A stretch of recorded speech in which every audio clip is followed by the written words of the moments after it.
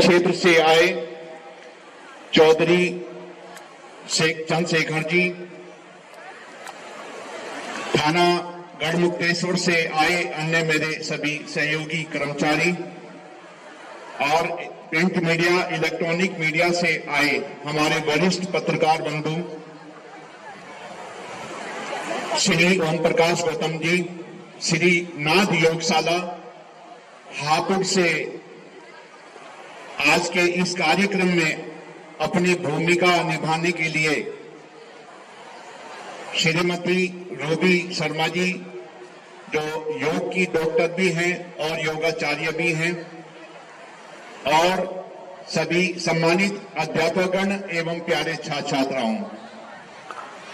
ये कार्यक्रम आयोजित करने का सिलसिला लगभग 1 माह से चल रहा था, लेकिन वरिष्ठ अधिकारियों के पास प्रशासनिक व्यवस्थाओं के कारण समय नहीं होता है, इसलिए इस माह को आयोजित होने में लगभग 1 माह का समय लगा। कोई बात नहीं, 1 माह बाद ही सही, लेकिन आज मैं आपको एक अजनबी बात बता रहा हूं। आज 31 जनवरी है और 31 जनवरी को इस स्कूल का 31वां ही वर्ष अपनी आज की वर्षगांठ मना रहा है। 31वें वर्ष में हमारा ये स्कूल प्रवेश कर चुका है। पहले छोटा बच्चा था 95 में और अब ये 31 वर्ष का वयस्क हो चुका है। आसपास के क्षेत्रों में अपनी पहचान बना चुका है और डीएम पब्लिक स्कूल के नाम से जनपद में एक पहचान है कि वहां के बच्चे अनुशासित हैं। शिक्षा किसी और स्कूलों से बहुत अच्छी है और रिजल्ट बहुत अच्छा आता है।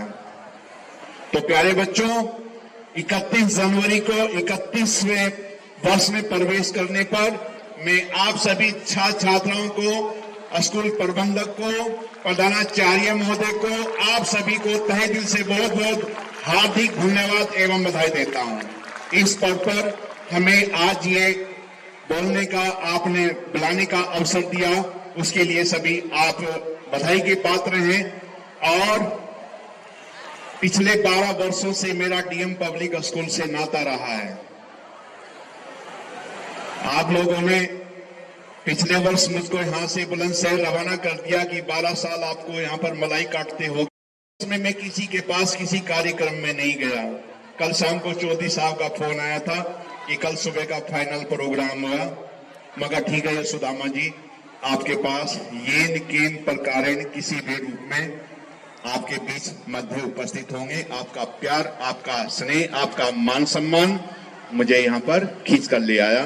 प्यारे बच्चों, ज्यादा समय लेना, क्योंकि इंस्पेक्टर साहब को क्षेत्र संभालना होता है, उनको भी बोलने का मौका देना है।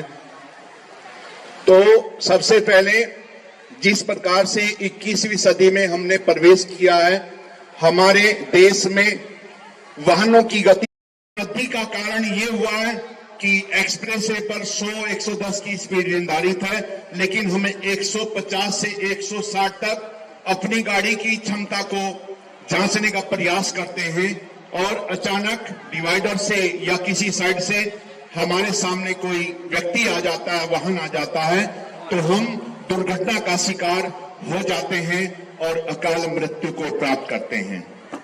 अचानक हम लोग तेज गति में होते हैं और हमने पिछले 12-24 घंटे में हमने विश्राम नहीं किया है।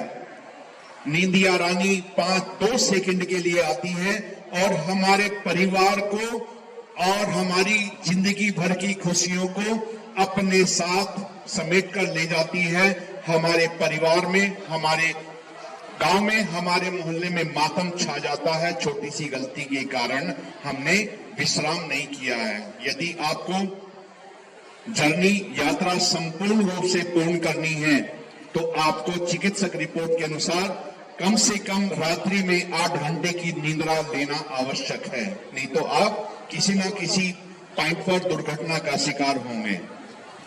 प्यारे बच्चों, आप कहेंगे कि आप ये चीजें हमें क्यों बता रहे हैं? ना हम 2 व्हीलर चलाते हैं, ना 4 व्हीलर चलाते हैं, ना एक्सप्रेस वे पर जाते हैं, फिर हमें पता नहीं हमारे ऊपर ही क्यों दबाव रहता है। हम आपके माध्यम से ये सूचना आपके परिवारों को भेजना चाहते हैं, आपके माता पिता को, भाई बहन को ये सूचित करना चाहते हैं कि आप लंबा सुरक्षित जीवन जीना चाहते हैं, समाज के लिए आपके अंदर कुछ कर गुजरने की इच्छा है, आप परिवार के अच्छे नागरिक बनकर भारत को एक अपने जीवन का महत्वपूर्ण योगदान करना चाहते हैं, तो हमें इसी बाल्यकाल से ट्रैफिक के नियमों को जानना, उनका पालन करना, उनको धारण करना अनिवार्य है। आप आने वाले समाज का, देश का, प्रदेश का भविष्य ही हो। आने वाले समय की बागडोर आप ही लोगों के हाथ में आएगी। आप ही लोगों में से डॉक्टर बनेंगे, प्रोफेसर बनेंगे, इंजीनियर बनेंगे, इंस्पेक्टर बनेंगे, प्रधानाचार्य बनेंगे, आईपीएस बनेंगे, आईएएस बनेंगे, आप ही लोगों में से सिलेक्ट होंगे।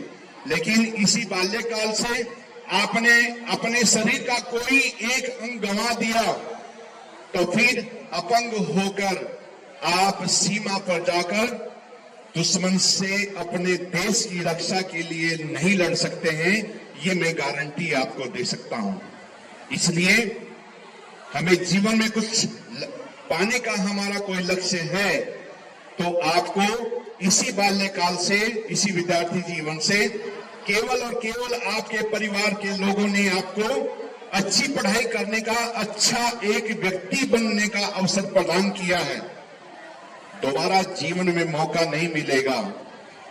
हमारे वेदों में, पुराणों में लिखा है 84 लाख योनियों को